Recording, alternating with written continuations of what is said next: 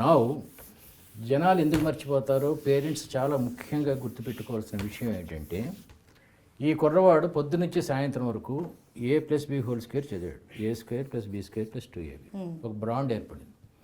మీకు చదువుకునేప్పుడు క్రోమోజోమ్స్ అనే పేరు విన్నారా చిన్నప్పుడు? సెల్ డివిజన్లో క్రోమోజోమ్స్ విడిపోతూ ఉంటాయి. అలాగే ట్రయాంగిల్ బాండ్కి 2 న్యూరాన్స్ కలిస్తే పెంటగాన్ బాండ్ అవుతుంది. పెంటగాన్ బాండ్ ఒకటి కలిస్తే 6 అవ్వదు, మళ్ళీ 2గా విడిపోతుంది. ఓకే, అర్థమైంది కదా? దీనికి మళ్ళీ 2 కలిస్తే మళ్ళీ పెంటగాన్ అవుతుంది, మళ్ళీ ఇలా 2గా దీన్ని ఆలోచనలు అంటారు. రకరకాల ఆలోచనలు వస్తుంటాయి.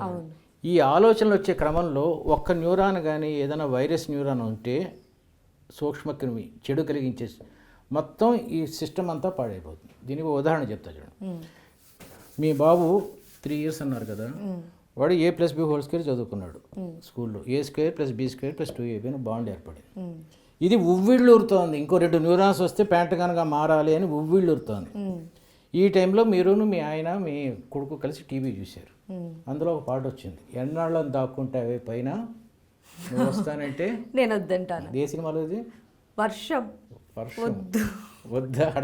అడగద్దు. నెక్స్ట్ మీ క్వశ్చన్ నాకు తెలుసు, అది నాపైనే గురి.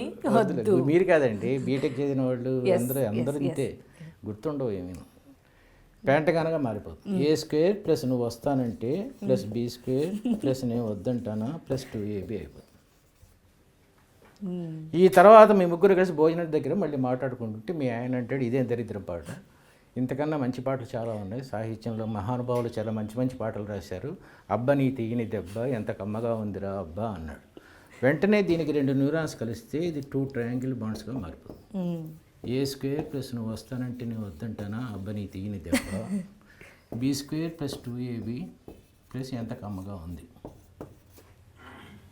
మన బ్రెయిన్లో కేవలం 5 లక్షల న్యూరాన్స్ మాత్రమే యాక్టివ్గా ఉంటాయి. ఎట్ ఎనీ గివెన్ టైం మీరు 5 లక్షల విషయాలు గుర్తుపెట్టుకోగలరు. అది అనుష్క, సైజ్ 0నా, ఆర్కిమిడిస్సా మీరు డిసైడ్ చేసుకోవాలి. ఒకటి బయటికి వెళ్ళిపోతుంది, స్పేస్ తక్కువ ఉంది కదా. పరీక్షలో వీడిని a+b² ఎంత అని అడిగితే a² ఇంక రాదు, ఇది పోనీ ఈ పాట పూర్తిగా చెప్పరా అంటే ఇది చెప్పలేడు.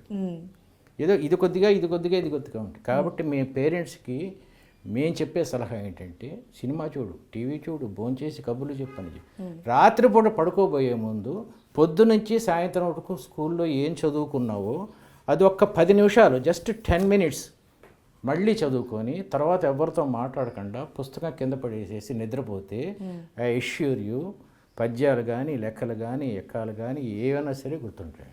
This is my challenge.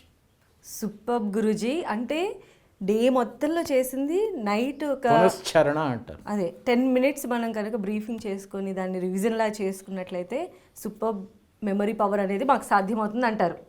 So Guruji చెప్తున్నారు కదా, నేను చెప్పాను ఫస్టే మీకు ప్రాబ్లమ్స్ అన్నిటికీ ఒకే ఒక్క సొల్యూషన్ మా గురూజీ దగ్గరే ఉంటుందని చెప్పి.